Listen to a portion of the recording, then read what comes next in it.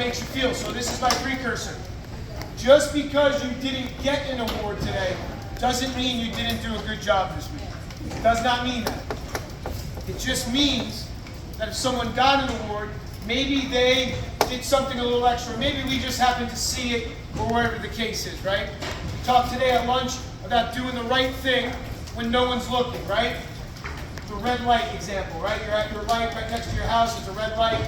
Do you run the red light, or do you wait for it to turn green, right? You do the good thing. We talked about how Max did the right thing when no one was watching, and we all caught Max doing it. He had no idea. We saw him helping out one of the little guys put on his helmet, and Max was a little guy 2 years ago asking us to put his helmet on, right?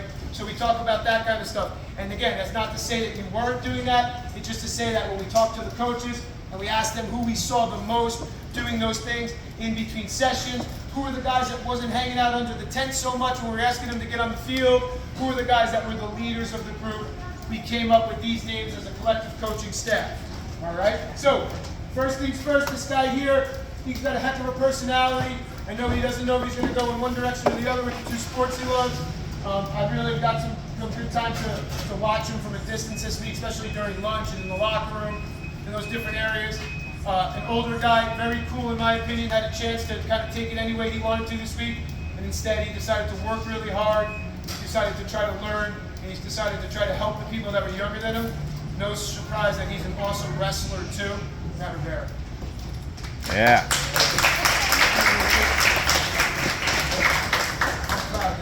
Hofstra, man. I hope you know that. Good job. All right, next guy, similar situation. I mentioned him just a second ago. He's a guy who started out here a couple years ago as a young guy, like as little as Reese, right? And Reese, and he grew up, he was a tall guy, and he's helping you put your helmet on today. And that was one of the coolest things I've honestly ever seen. I love to see you guys developing that camaraderie. You guys not even from the same town, not even in the same group, and helping each other out. So Max, come up here, get a shirt. Please wear this for pride.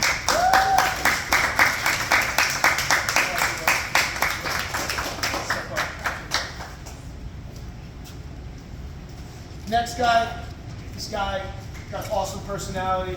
I think he's like, I don't know how old you are, but I think he's probably going to turn 40 next year with the way he conversate with the older dudes here and the way that he hangs out with the coaching staff. Very easy to get along with, very easy to get going and get in and out of the drills. An awesome guy to be around. And I don't know if he ever stopped smiling the entire time he was here. Josh Oakley. Yeah.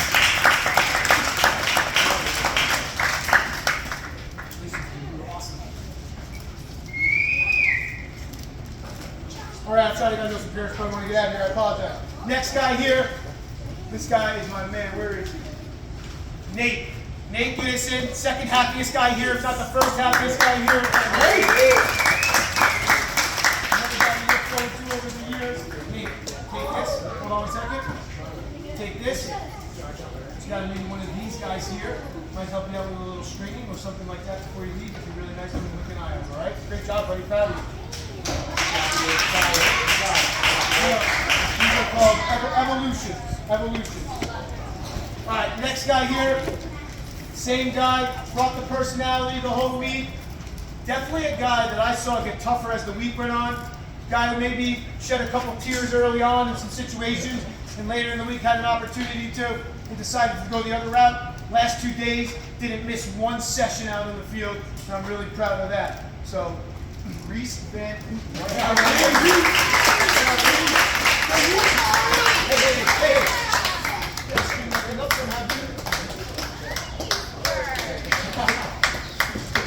Like a lot of our guys here in the crowd, I have no doubt that this guy's got a really bright future in the game.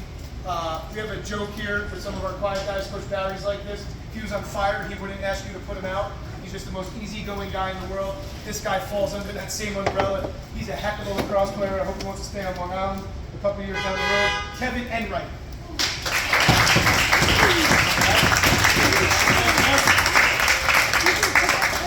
New pair of shorts because those never gave him the fly. I gotta tell you. Last one here, another guy, heck of a player. First time camper here. I still don't know what his voice sounds like because he wasn't a trouble guy one time. Only thing we saw him do was play lacrosse, clean up his mess, and smile. Awesome guy, awesome player. Really hoping he wants to stay on the island in a couple of years too. Leo Tanti, come on up here. Yeah, Lilo.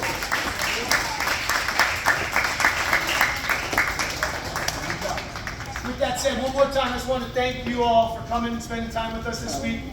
I know for the parents that are here, I hope you know we really do focus on the skills here. A lot of camps, you'll typically hear we didn't do anything today, it was boring, I'm not sure. Ground balls every day, switching hands to shoot every day, switching hands to pass every day, ground ball concepts, ground ball team concepts towards the end of the week, offensive concepts for some of the older guys that can handle it.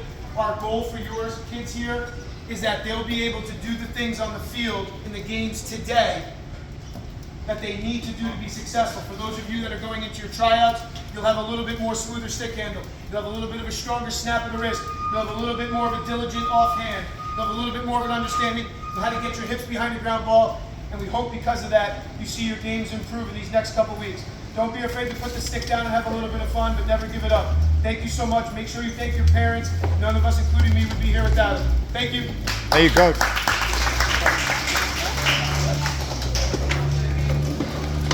If you guys would like, one of our guys runs a clinic in Jesus Locust Christ. Valley. John Madsen, you have 42